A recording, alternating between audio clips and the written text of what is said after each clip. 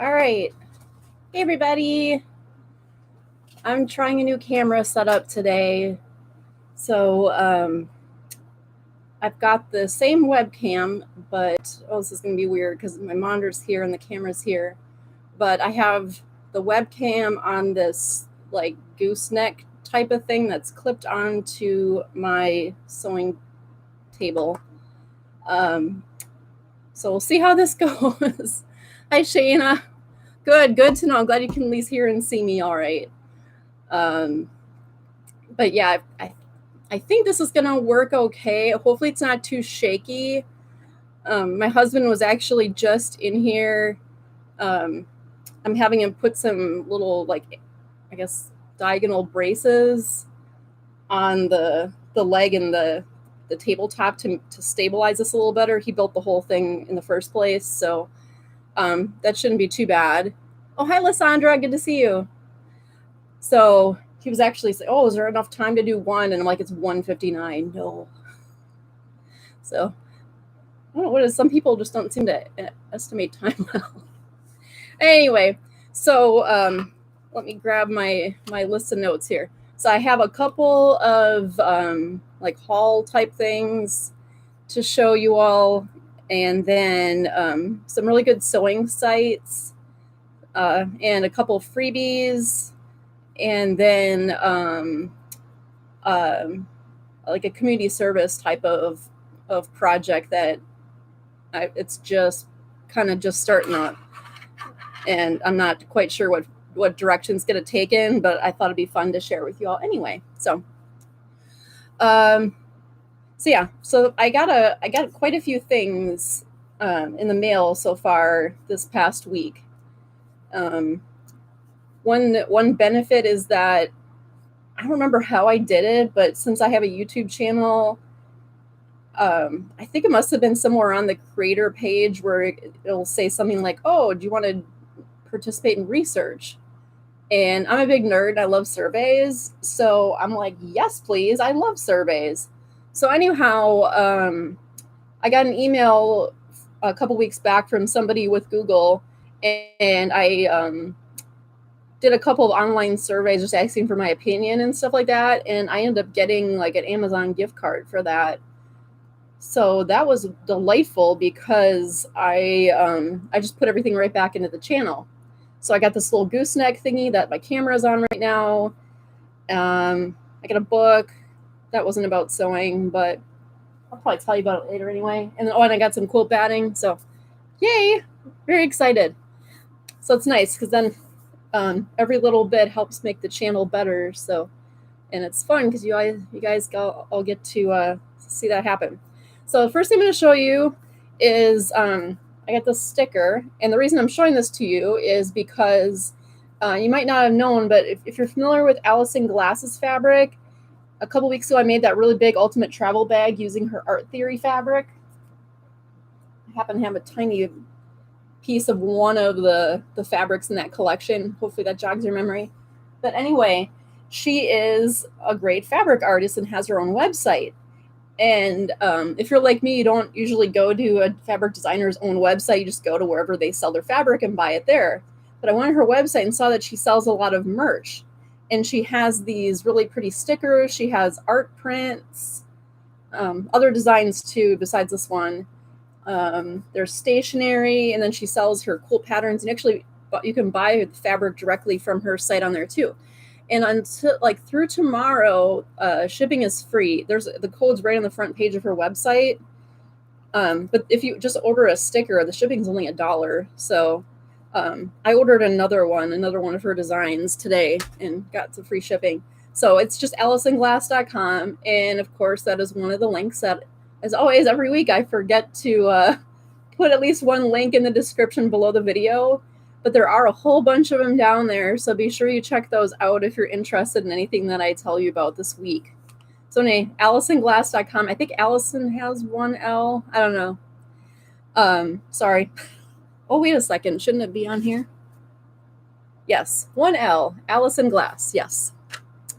So anyhow, that's fun. And you can put those stickers. They're the vinyl ones. You can that you can put on anything and they don't fade away. I was hoping to put one on my sewing machine here, but I don't have enough room and I don't want to put it on the bed. So, all right. Let me grab a couple things here. All right. Free pattern alert. This one I just saw this morning. I don't even remember how I found out about it. I think maybe I'm on their mailing list somehow. But this is called the First Aid Travel Pouch. And it is from All So Petite. And it's this designer, she has an Etsy shop. I don't know if she has her own website. I think she does, but don't quote me on that. But you can get this pattern for free if you join her Facebook group. I put a link in the description, and the pattern is just in the files. Now, if you're on Facebook groups a lot, if you go to the group itself, there's always a little tab that says files, and a lot of times the designers will have little freebies in there, or just like little resources and hacks and things like that. That's where you can find this pattern. There's two separate files. There's the one that has the instructions, and then the other one that has the actual pattern pieces. Let me grab that real quick. So there's two different documents. As always, I don't print the instructions because I have my computer right by my sewing machine that saves paper and space. So I just print out the first page and I put it in the sheet protector, and then I go and run it through, because I'm cheap. I run this page through in black and white and not in color. But this is the supply list from the pattern itself. So then I have this in a binder and I can page through it and see what supplies I need. And then, yeah, a lot of these pieces are just rectangles. So the designer gives you a kind of like a little map on the first page. So you can just print out the pages that you want. If you're like me and you use a rotary cutter, ruler, and cutting mat, then you may not want rectangle pieces. To me, it's more accurate to cut with a rotary cutter if I can. So that is free. And then again, I think this is my third week in a row talking about Pixie Fair. If you have any reason to sew for 18-inch dolls, this was the freebie of the week. So I put their link down below. Get on their mailing list so you can get a freebie every Friday. So this is like an 80s style little dress. So yay, free. And then I got a couple more by Annie patterns, because you know how I love her. Not sponsored, but I wouldn't say no if she asked. So this is, it's called Pack It In. These are for packing cubes, and I hesitated to get this pattern because you can buy packing cubes at TJ Maxx or Marshall's or wherever if you're in the US for, I don't know, like $5 or something. But these just look so fun, and they're going to be better quality than what I could buy. So I thought, hey, why not? And there's 2 different sizes in this pattern. And then another one I got was this Mad About Mesh. I think I mentioned this one last week, so I won't spend too much time on it. Oh, Lysandra, yeah, I use Buy Any Soft and Stable for anything foam related. I have used Pellon Flex Foam before, and I don't dislike it. I don't know. I just like Annie's product. The price is good. It's pretty consistent. You can either get it on Amazon or your local quilt shop, and the price is usually pretty similar. And then the other one I just got in the mix. This is just like a mixer, like for like a KitchenAid mixer cover. And my mom asked for this for Mother's Day. I actually have one of these mixers, and my kids use it. I don't. So maybe eventually I'll make myself one of these, but I bought this so I could make 1 or 2 of these for her. I've mentioned before, she really likes baking. But what I'm going to do with this one is I'm going to leave off all the pockets, because I showed it to my mom to see if she wanted one. She said, yeah, but she said, I'm never going to use all these pockets. And it's going to end up saving me a yard of fabric total if I leave them off. And then I don't need the zippers or the mesh or the fold over elastic. So it makes it a lot cheaper to leave off all the pockets. So when I do that, if I run into any sort of tips or any problems or anything like that, I'll let you know. But I got those. Then, all right, and then this is the batting. I always like to get cotton batting. I just think it's better quality and it's easier to work with than the polyester stuff. And for some reason, I decided I'm going to make a quilt. I've never made one before, but it's a pattern called The Kittens by Elizabeth Hartman. I'd show it to you, but it's in the other room. Oh, Lysandra, that's a good idea. Lysandra is saying, do you think you'll use waterproof canvas for the mixer cover or quilting cotton? I actually bought quilting cotton for it, but I really like that idea because you could just, especially for inside or outside, because you got stuff splattering everywhere in a kitchen. Okay, you're onto something. That's a really good idea. Maybe I'll try that to make one for my own mixer. That would be a good idea because our kitchen doesn't stay terribly clean. So that would help. So, and speaking of which, I'm going to show you the fabrics that I got. So my mom has had a strawberry themed kitchen since probably the early 90s. And that was actually a really good idea because it's not something that's trendy. So it doesn't, in my opinion at least, does not look dated or anything. And she's just amassed this great collection. Like whenever I see something strawberry related, I usually buy it for her. And then she has it for her kitchen. And she and my stepdad were able to purchase like a kind of like a family home type, like second home, I guess. I don't know. Up in Wisconsin, that's where we're from. We're in Florida now. So she decided up there she was going to have a lemon themed kitchen instead.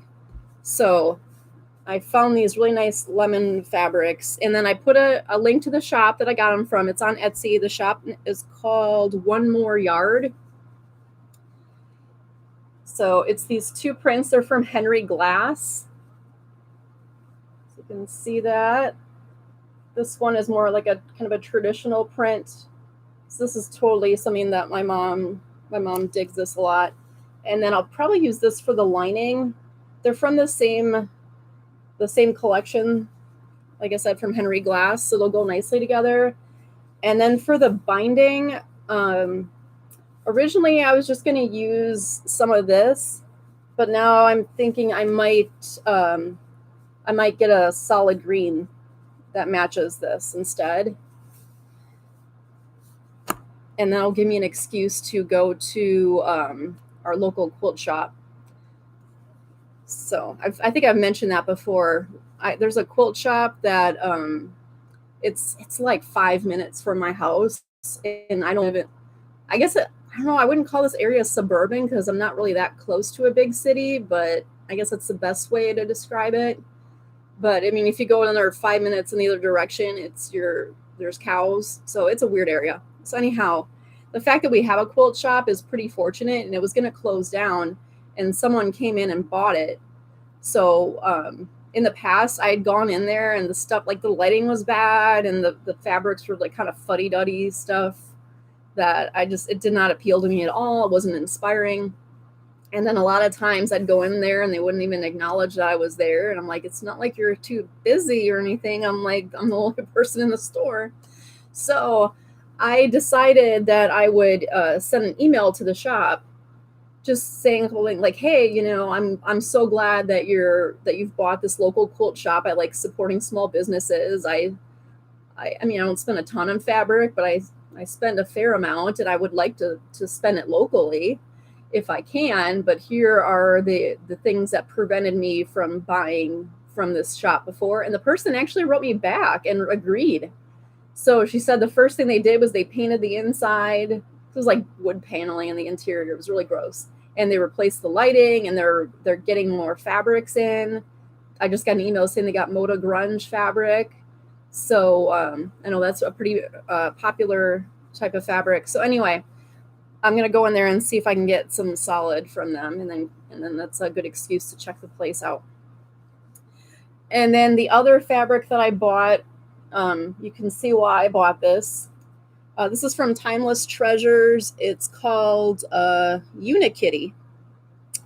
So I think this might have been the last half yard, but I could be wrong. But I did see on Etsy there's a couple other shops that still have this. But is that not adorable? And then this fabric that I showed you last week, I pulled it off the shelf, and I don't think this is the same company. This is Andover, and I don't think Andover has anything to do with Timeless Treasures, but these go great together. So I don't know what this is going to be yet, but it's really cute. So that is my fabric for the week. Oh no, wait, I lied. That's not my only fabric. I got wax canvas. All right, let me show you this.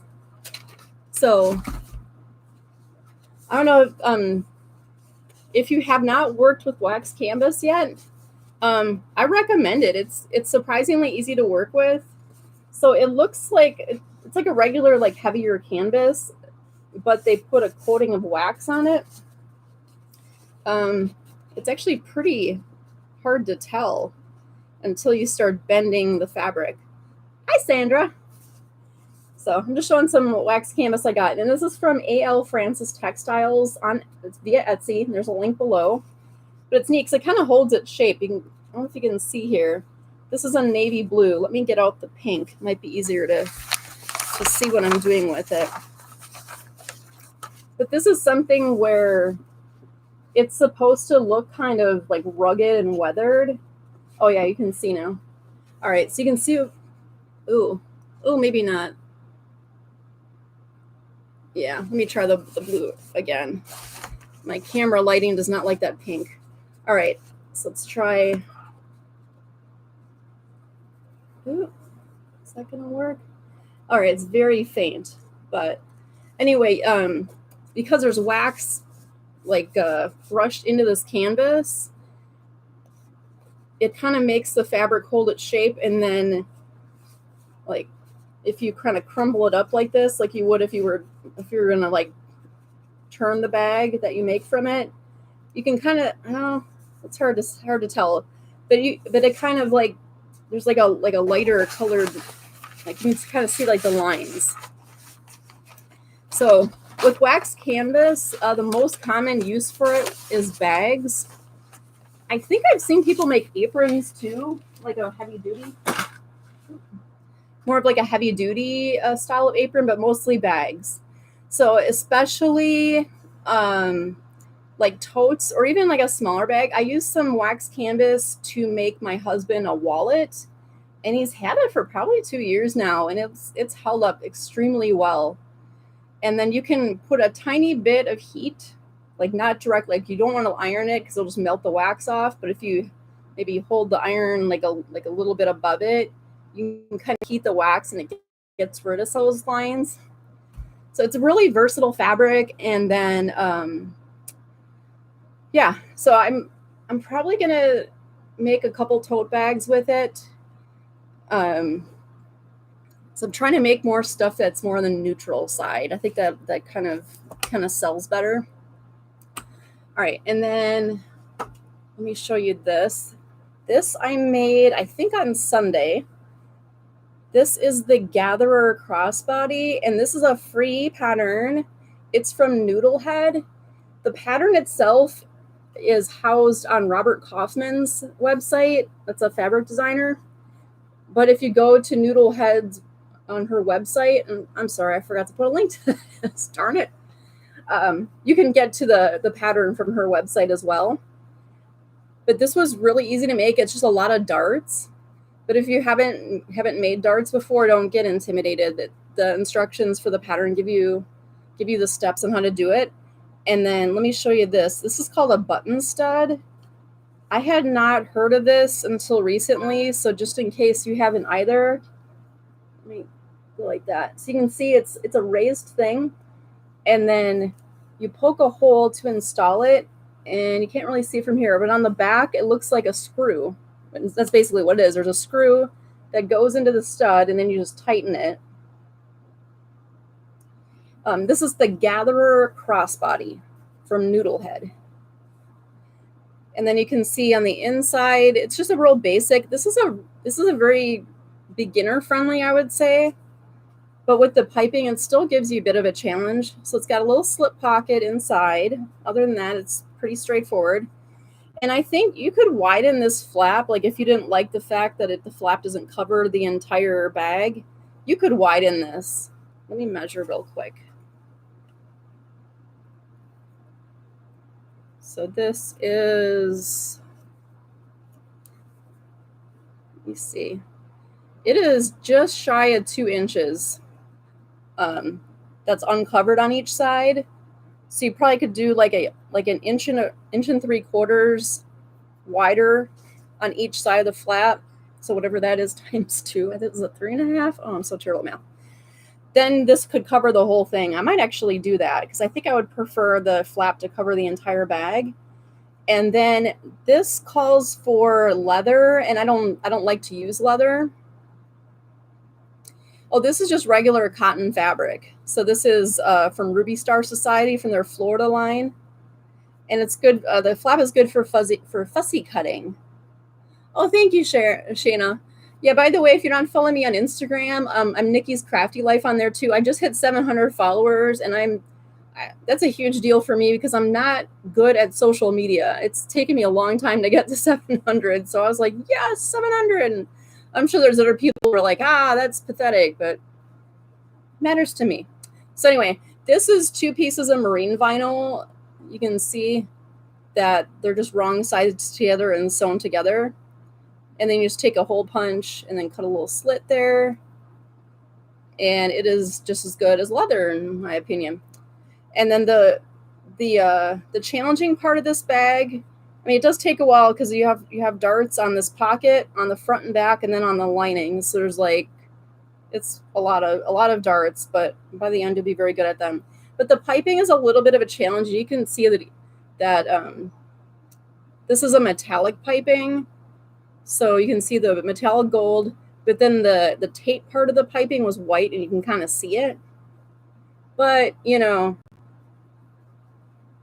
you do the best that you can, right? So it doesn't always have to be perfect. So, and I'll probably plan to sell this, and if I do, I'll just take photos of those spots to include it in the listing just to make sure that any potential buyer is okay with that. And then this is just a fabric strap. I think I pieced it together, if I remember correctly, because I needed it to be longer than it was wide. And then you can either use hardware or you can save yourself some money. And this is mentioned in the instructions. You just take these little loops and you put the strap through here. And I just tied 2 knots so the wouldn't slip through the loops. So yeah, other than a button stud, you don't really need any hardware for this. So I think that is delightful because the pattern's free and then you wouldn't need hardware. So you just need some fabric interfacing. The piping, unless you wanted to skip it. But I would suggest at least giving it a try. The vinyl, the button stud, thread, that's about it. So this would be a really good beginner project in my opinion. So what else? Oh, let me show you this mini iron. I'm going to do a separate video on this, but I want to show it to you.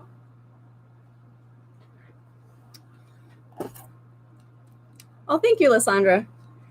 So I try not to be one of these people who's like, oh, this is popular, I'm going to buy this too. But I did see the merits of these mini irons.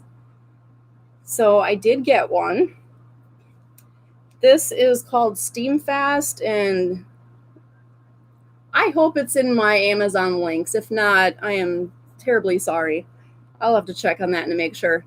But this was only $20 on Amazon. It had good reviews. As you can see, I have not tried it yet. I'm going to do, like I said, I'm going to do a separate video where I try it out.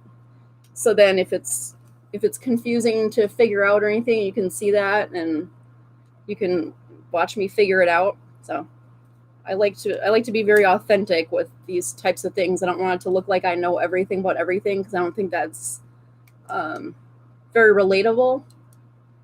So. Oh, do we have a troll? Hi, Cashel. No, I'm not a flat earther. I believe in science and irons.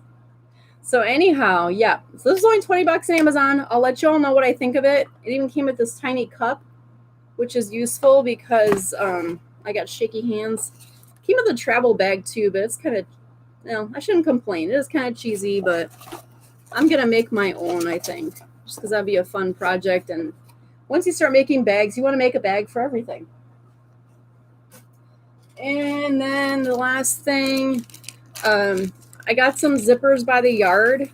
These are from My Handmade Space, and I think this is another one that I forgot to link to, but I think it's just myhandmadespace.com. If you sign up for their newsletter, you can get a 20% off coupon like I did. And all this stuff, by the way, arrived pretty quickly. But the great thing about their site is that you can order the tape and the pulls separately. And then they have tape that's in all the different hardware colors. So I usually just do silver. And then info for the purse. Oh, okay, Sandra, yeah. Yeah, I kind of decided the last minute to even mention the purse, so I didn't think to put in the description, but I'll amend the video later. But you can see these are just like a standard little donut pull, so it's nice. I like there's a hole in it, so you can put like a little piece of ribbon or faux suede cording on it.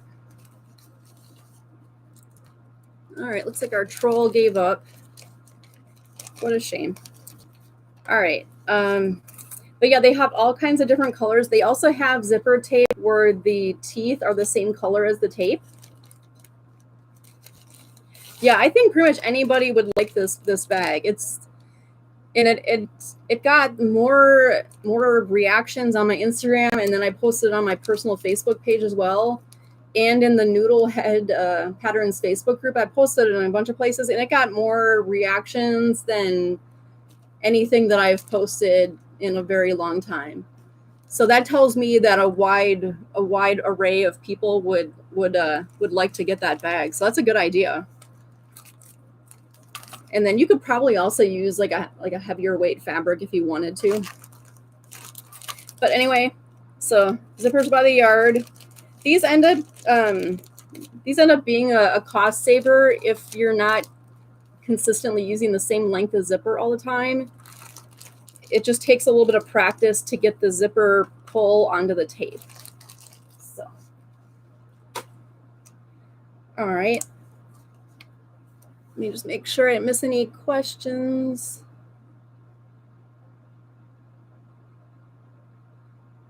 Yep. Okay. So looks like I'm caught up on that. All right. I wanted to let you know, those of you who do machine embroidery,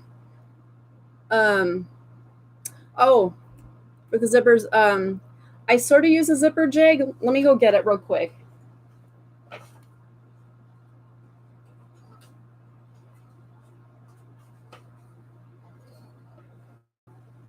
It's very fancy. It's a fork that my husband drilled and mounted onto a block of wood and painted pink. So I just I got this at just some crummy bendy forks at Walmart that were 4 for $1. So I needed to bend easily, and I don't want to use my nice forks. So that's all you do. A fork. They have zipper jigs technically, but I think they're $30. So I'm not spending $30 on something that I could get for a quarter. All right, so those of you who do machine embroidery, every month, in case you didn't know this, Urban Threads and Embroidery Library, who are sister companies, they have a new freebie that's just for that particular month. So it is April 3rd, which means new freebies came out on the 1st. So I put links in the description below to each of their sites. They also have like permanent freebies, each of them. I think they have 2 designs that are just always there. One's a face mask, and then they have another one, Urban Threads is cool, and it says wash your hands, no, seriously, which was awesome. I made it and I hung it in my kid's bathroom. It's always good advice. And then the Embroidery Library one, their stuff's usually more sentimental, so there says we're all in this together, which I haven't made that one yet. I like the snark, but eventually I will. So yeah, if you machine embroider, definitely go download those freebies. Or even if you're thinking about maybe you'd get into machine embroidery in the future, they're free. Download them anyway. Then you have them. You can save them in cloud storage. I have a video about that. It's a couple years old, but it's still relevant here on my channel about how to organize your files using Google Drive, which is free.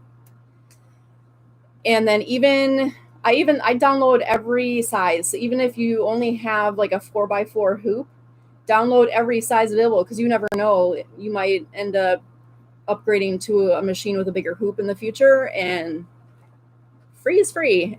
The size of embroidery files, it's only like a couple kilobytes, which is just minuscule. It's barely anything. So there's really no disadvantage to downloading all the designs. And then if you get a different machine later on that takes a different file format, you can go back into your account on those sites and re-download the file in the format that you need. So as long as it's in your account, and actually you don't even have to download the designs if you don't need them right away. You just keep them in your account to make sure you don't lose your login information. So simple. I see a lot of people in Facebook groups talking about how they keep their designs on a USB stick, and that's really not a good idea. Those are meant to be temporary storage, and they do fail every now and then. If that hasn't happened to you, that's awesome, but you were lucky. I'm lucky myself. It has not happened to me yet, but I also don't store my only copy of something on them. The USB sticks are meant to be temporary storage. You put your design like on there that you have stored on your computer, you plug it into your embroidery machine and you stitch it, and then you take it off when you're done. So that's what USB storage is meant for. I still see this all the time, and it I don't know why I get so worked up about it, because like it doesn't affect me personally, but I don't know. I don't like to see someone be in distress, because every once in a while you'll see someone like, oh, my hard drive crashed, or my USB stick, disintegrated or whatever, and now I lost all my designs. So I don't like to have that happen to people. So I might do another video on the subject just for that sole reason. A couple of like Facebook groups and YouTube channels that came up over the last couple of days that I want to make sure that you all knew about. One is a group. It's called the Bag Buzz on Facebook. That group, nothing gets posted too often, which to me is a good thing, because there's some Facebook groups where I join them and there's like 50 posts a day, and it just gets overwhelming, and I'm leaving the group. Because like even if I unfollow it and just go in my groups tab, it's just everything is from that one group, and it's just the same post over and over again, like, what sewing machine should I buy? I'm like, ugh.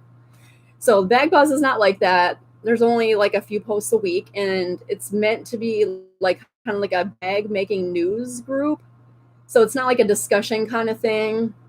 It's just like if it's for like a pattern designer, if they have a new pattern out, or someone who tested the pattern for that designer, they'll post their results. And it's really handy. So it's nice to know like what new patterns are out there. So that is a group that I would recommend. And actually this first aid bag that I just showed you, that free pattern, I posted in that group about it. Because I'm like, well, shoot, this looks really handy. People need to know about this, because it's free. The other thing I've mentioned before is the Sew Modern Bags site and email list. I don't remember if I put this one in the description or not. I need to put a little star by that one and the information on the Gather Crossbody, and make sure that these are in the description for people watching this video later. So the Sew Modern Bags, Sew is of course SEW, Modern Bags. That's a blog and an email list. I've been on the email list for a while, and it's just like 1, maybe 2 emails a week. So it's not like the sites where they just spam you every single day, where you just get mad and unsubscribe, or maybe that's just me. But they also talk about new bags, or even bag patterns that aren't necessarily new, but maybe you like didn't notice them the first time around, or you forgot about it. And they have some of their own patterns on there too. So that one's really useful. And then there's a YouTube channel called The Sewing Report. I linked in the description below to her website, because she not only has YouTube, she has other social media. She has an Etsy shop where she sells sewing supplies, and I think she's got some articles. Her name is Jennifer Moore. She's actually I mentioned her before in here. She lives in Tampa, which is about an hour north of me. I haven't met her. I don't know her or anything like that. But once this pandemic's over, I'd love to meet her because she seems really cool. But she has a background in broadcast media. So her videos are very well done. And they're kind of news style, with the exception of her tutorials, which are just very high quality, well-produced tutorials. But it's really interesting. It's just kind of a different angle. I like channels that do things a little bit differently. And she talks about a lot of industry-specific things. I saw recently she had a couple videos about Cricut, the cutting machine. There was some controversy about they were going to limit the amount of uploads or downloads or something like that. I don't know Cricut, so I don't know a ton about it. But if you're interested in that topic, she talked about it quite extensively. And then, yep. So those are all for all the sites. Let me show you another thing that I made. And if you guessed it's another By Any pattern, you are correct. All right, let me open this up. I shared this on my Instagram account. I know Shayna saw this already. But this is a needle case. So you can see it's a nice little, it's almost like it's like a book size. So you open it up and it's got these lovely clear pockets, and then it's got a big one up here, unless I did it wrong. I might actually make these into look like these pockets. And then this is to store your needles in the packages. And then as you use them, the idea is that you use these pages. Hopefully you can see, I've stitched little dividing lines on them. And then you're supposed to label each of the pages, so then you know what needle that is. And you could use this for hand sewing or machine sewing needles. And this is just wool blend felt. These colors don't necessarily match perfectly with the fabric, but I was aiming to use what I had on hand, and I don't use wool felt too often. And then there's another clear vinyl pocket right here with a zipper. And then the instructions came with this little educational thing about picking the right needle. So I printed that onto cardstock and shoved it in this pocket. And then here's a little piece of 1/8 inch elastic, and then the button on the other side, and then that's how it closes. So this is super, super useful. And then the pattern comes with instructions to make a wool pin cushion, and then a smaller version of this, which I'm probably going to make that too. So I love her patterns. And then you can see on the back here's all the quilting I did, because this has the soft and stable in it, like all her other stuff. And then you can see the lines that I sewed to attach these little wool felt pages. She gives you a couple different methods to use to make labels for these pages. I think I'm just going to use my Brother P-Touch label maker and just stick labels on. I figured that would be most versatile. So then if I wanted to change it, I could just peel the label off and make a new one. So that's what I'm going to do with that. So this is a good thing. And oh good, you can see I have you can see obviously this is a pegboard, and then I have this little thing I got from IKEA, and I didn't really have anything to use it for before, so I just had junk on it, so I cleared that off. And then my sewing machine needles are easily accessible now. Shayna saying I'm the worst when it comes to needles. I have 2 needles, Embroidery from Oregon and Universal from Schmetz. Only 2. Yeah, that's not even my embroidery needles in there. I thought like, oh, this thing is so big, it'll for sure hold everything. So I guess not. I'm thinking I could probably modify that if I made another one to maybe add some more pages. But there's also a By Any pattern that's called A Place for Everything, where it's got a bunch of different pages, or if you have like a lot of needles, or if you want to keep your machine feet or just all your sewing notions in, it's a couple of pages of different types of pockets that might work better. Okay, the other thing that I wanted to mention, this is like super, super preliminary, if that's the right word, but I have, we have a family friend.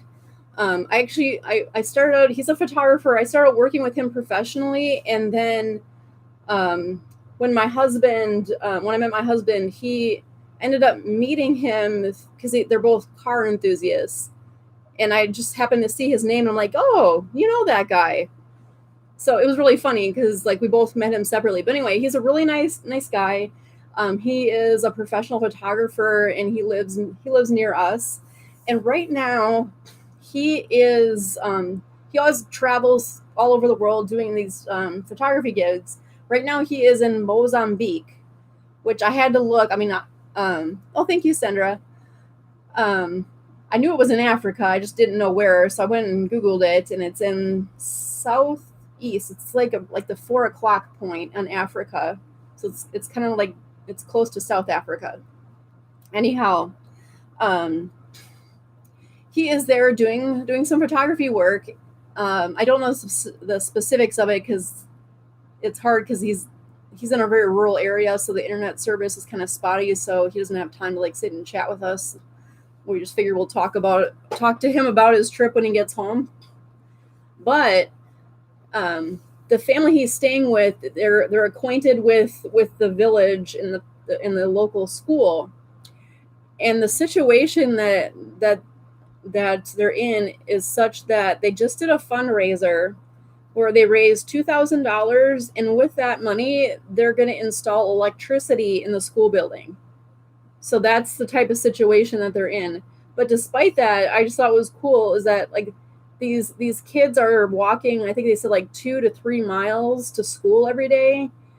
And then my husband was also a teacher, and what's really stuck with him is that they have these like parent teacher conferences and you know your typical school events that they have like any other school, and that the parents will walk to these 2 or 3 miles, like, or like 2 or 3 hours. It's one of the two.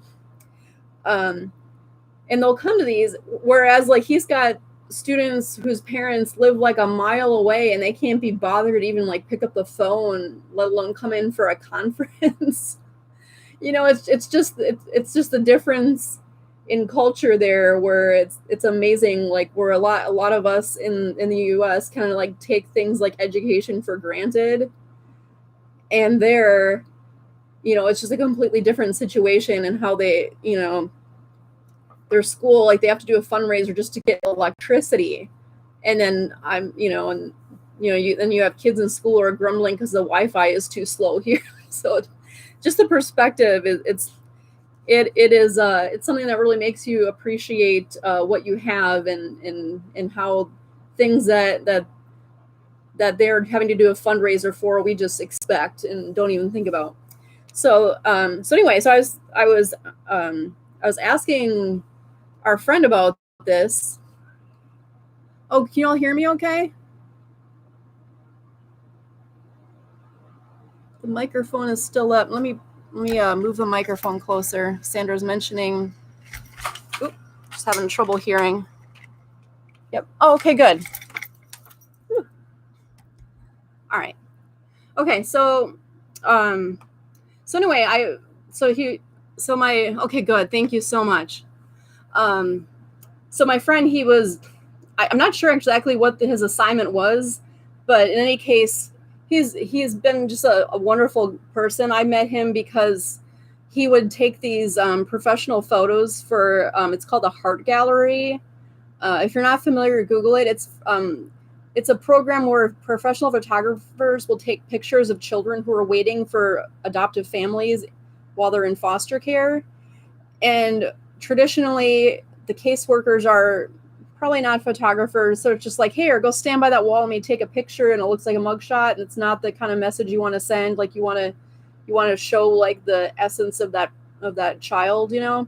So that's where it started. It started about 15 years ago, and he's on the board of directors, and he's taken a lot of photos, and that's how I met him.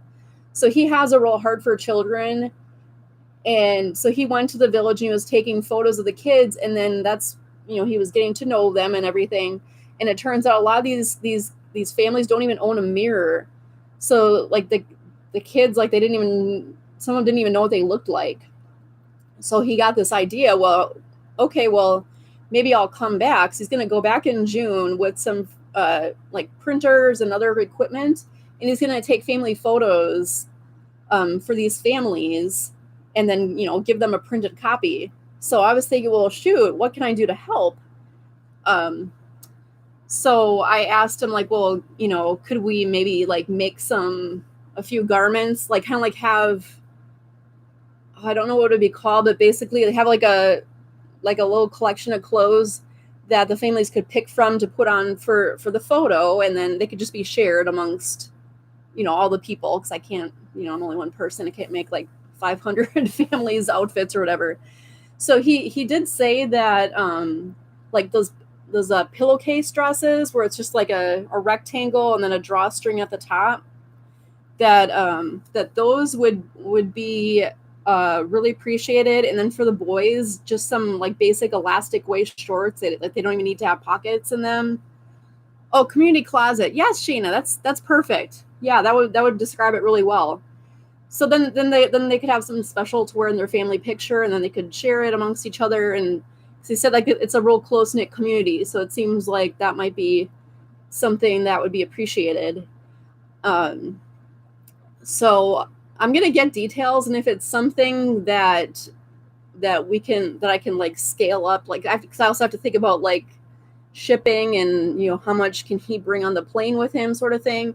Once I get some details on that, and if there's a way that I can kind of rope you guys into this to help out, I'm definitely gonna be asking. But I wanted to let you know about that. And then related also, I've mentioned before, and I'm adding them to the description after this video. I've mentioned the organization called So Powerful, and it's So SEW. I think it's sopowerful.org if you want to look for it right away. Oh, good, Lysandra. Thank you. They have a project in nearby Zambia, which I looked, and it actually borders Mozambique. So they have a program there. So Powerful does. Theirs is faith-based. And what they do, it's so cool. And it's funny I mentioned this because I haven't actually made anything for them yet, but what they do is they have sewers throughout the world make these purses, and on the site, they give you 2 versions of the same pattern. It's a crossbody purse without any zippers or hardware to make it affordable to make, and then it has a flap on the front. So if you embroider that or do quilting or anything like that, or just have like a really cool pattern fabric, you can really make these fun. And what they do is they encourage people to make these purses, and they tell them to make them to appeal to like a teen girl who's getting their monthly period.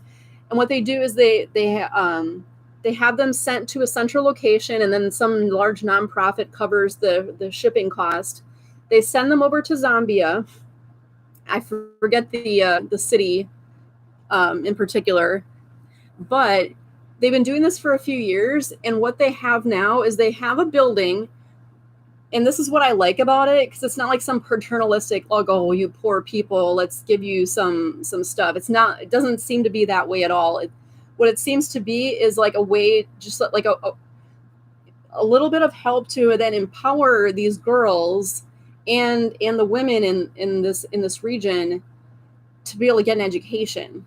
So that's the part that I really like, because I don't want to be like seem like I'm looking down at people and thinking that they're less than or whatever. It's definitely not that at all.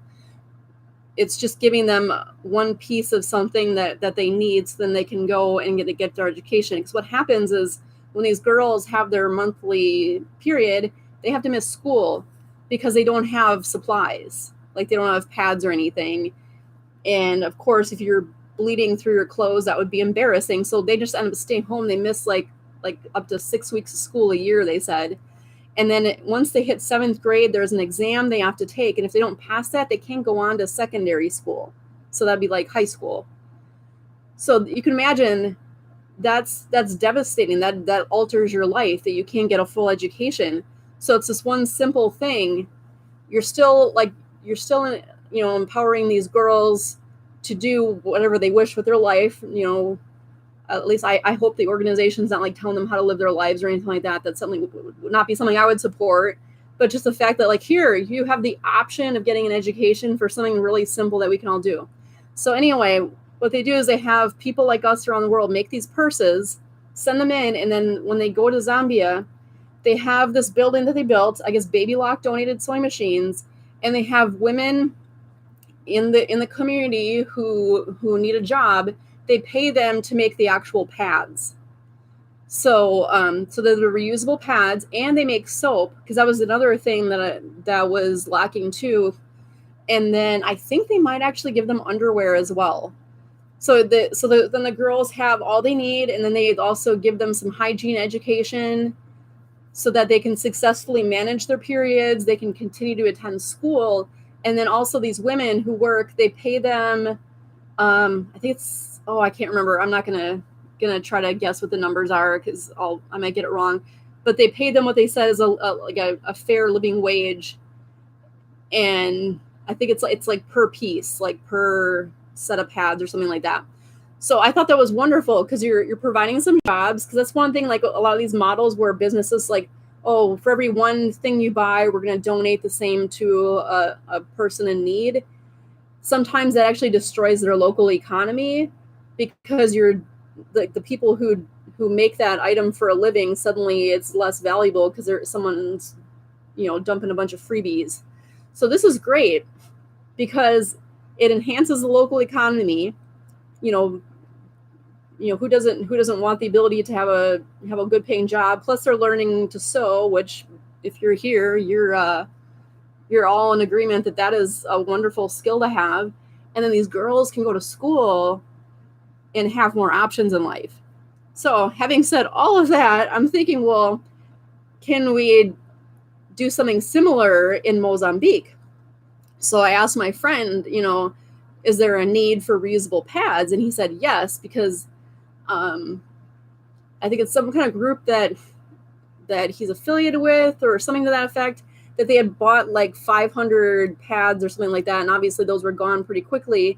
And then also the other component too is that I know when they said in Zambia, they don't have garbage collection. I don't know about Mozambique, but if they don't have garbage collection, these pads just end up becoming litter, and then they mess up the environment. And I mean, just based on the photos that my friend took, it's a very beautiful area. We don't need to be having like pads all over the place, messing up the scenery and, polluting everything. So it's great. So I thought, okay, well, so I looked up some of the organizations that So Powerful listed on their website. I contacted one of them. It was called Days for Girls, and they operate all over the world, but not everywhere. And they don't have anyone in Mozambique. So I messaged them. I'm hoping I'll hear back saying, is there anything I can do to help? We have a contact in Mozambique. Maybe we can have this program there as well. So I think that was all I wanted to say on that subject. But yeah, if this is something that interests you, let me know, or if you have any input, because obviously I'm not an authority on the subject. I've just done like a little bit of reading, so that does not make me an expert. So if anyone's had any experience with this or any opinions or anything like you think that like I haven't considered, let me know, because maybe this is something that we could all kind of get behind. We're obviously not going to we can't help everybody, but it's that whole starfish philosophy where like, you're throwing the starfish back into the sea and you're like, well, you're not going to be able to get them all, but but it mattered to that one that you're able to throw back in the ocean kind of thing. So like, why just not help anybody when you can help some people, and that's better than none. But if more of us get involved, we can help more people. So, oh, hi, Jeanette. You just missed my very long story. I'm starting to maybe hopefully get some sort of like service project going on, but I'll probably talk more about it next week if I get more information, and I'm going to do some more reading about it. But yeah, and then the last thing I wanted to talk about, and actually this is really good timing, Jeanette, that you're here, because I think that this might be interesting to you. Okay, so the button stud for the crossbody. Yes, I remember where I got it, and I will write that down. I'm going to add a link to the description. I don't remember the name of the shop off the top of my head, so I will look it up in my purchase history, and I'm going to add it to the description below the video. So I will do that as soon as I can. Like, it'll be sometime today. I will do that. So Jeanette is here. If you've seen the chat, she's of Boricua Sewing and Crafts. She does a lot of machine embroidery, and she does a live stream. I think I've mentioned it like every week since I found out about it. I actually missed it yesterday. I'm sorry. Yesterday my daughter turned 17, so woohoo! So we were out celebrating that, so I wasn't able to watch your live show yesterday, but in any case, she talks a lot about like traditional embroidery, and by that I mean she'll take a finished item and embroider it. That's the type of embroidery that most of us know about. Like she does like shirts, hats, dish towels. I think you mentioned you're gonna maybe do a tote bag. But if you've been following me for a while, you know that my love is in the hoop embroidery. And I found over the years, and I looked back, and I think if I remember correctly, I've been doing in the hoop for 6 years now. And there is more information about it, but when I started, there were like no videos on YouTube about it. So I'm not, and by saying that, I'm not saying like I'm some pioneer or anything like that. I'm not that kind of person. There are like, it just kind of all like a few people started making videos around the same time, and there's some really good ones out there. So what I was thinking is that, because I see in a lot, I mentioned earlier in the video, there's a lot of Facebook groups where people are asking a lot of the same basic questions over and over again. I'm thinking there has got to be a better way, because these people, obviously, they have a question that they need an answer to. And then there's those of us who are more experienced where we want to answer it, but then like we don't want to have to answer the same thing every single day over and over again. So that's actually the reason why I posted some of the videos that I've posted, where I saw it being asked over and over again. So once in a while, I'll just be like, here's a link to my video. This has what you need. So on that note, I was thinking, since I'm going to be leaving the teaching profession, but I still have this teaching certificate that I put all this work into, maybe, and actually my degree was in adult education, I'm going to make some sort of course in the hoop embroidery. So it would be different from the videos that I've done on YouTube. So I'd have to kind of up my game on production values and lighting and sound and like actual scripts and editing. But yeah, that's what I was thinking of doing. So, and my stepdad, he has a PhD in some, I should know, I sound so bad, like I don't even know what his PhD is in, but I think it's educational leadership or curriculum. I can't remember which one, but in any case, he's been an educator for like 30 years.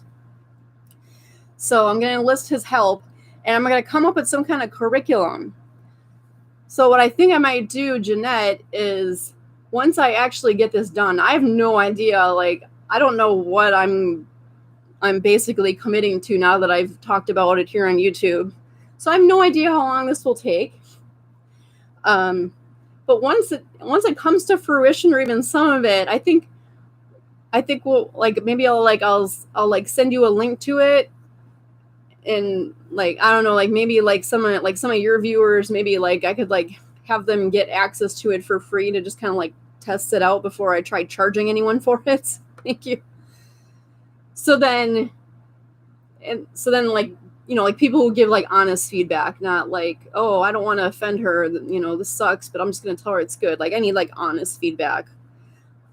It's hard to come by. So anyway, that's the kind of idea I have. So if any of you like, I think there are a few of you. I know Shayna for sure, you do in the hoop embroidery, but like if there are things that either you wished you knew when you started, or you still don't know, or like ways of learning things that would help, let me know, because I want to make something that is like actually user friendly and like accessible, but also doesn't like waste your time either.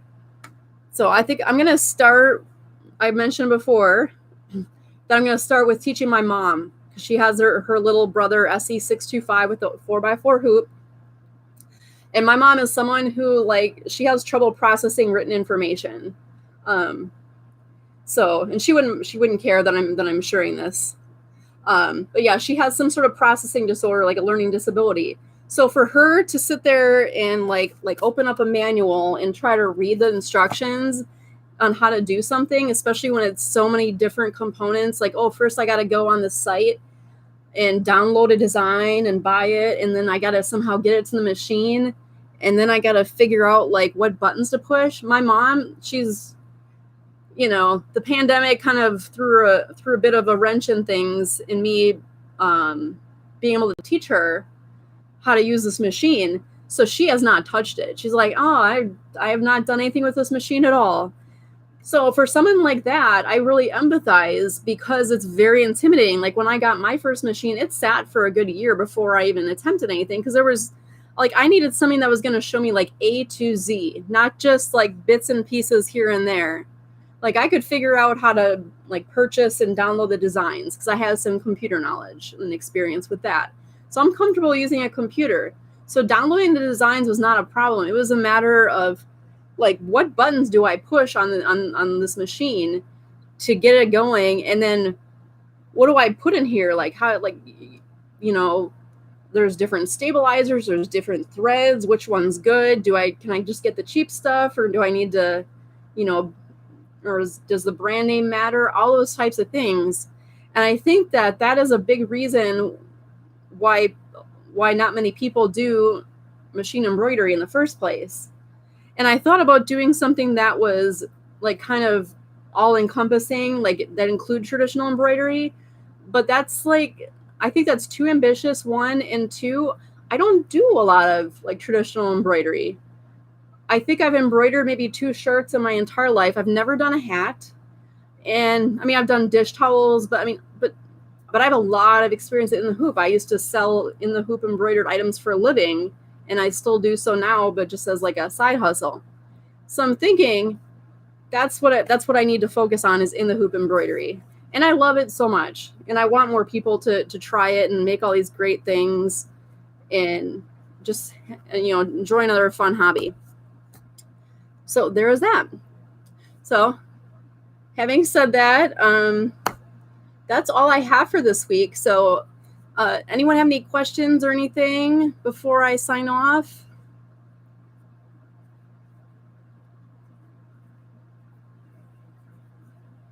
All right, I don't see anything. Okay, good. All right, so hopefully this camera setup is okay. I'm not quite sure, because I have to keep looking off screen to check to see if questions are asked, and I'm thinking that might be kind of weird for you all watching, that I keep darting my eyes away. So I might end up moving the camera closer to the monitor for next week. So yeah, so other than that, all right, I'm gonna go ahead and sign off then. So I really appreciate each one of you stopping by and listening to me. Oh, thank you, Lysandra. So again, I can't thank you enough. I really enjoy this every week. And I hope you join me again next week, 2 o'clock Eastern, every Saturday. So bye.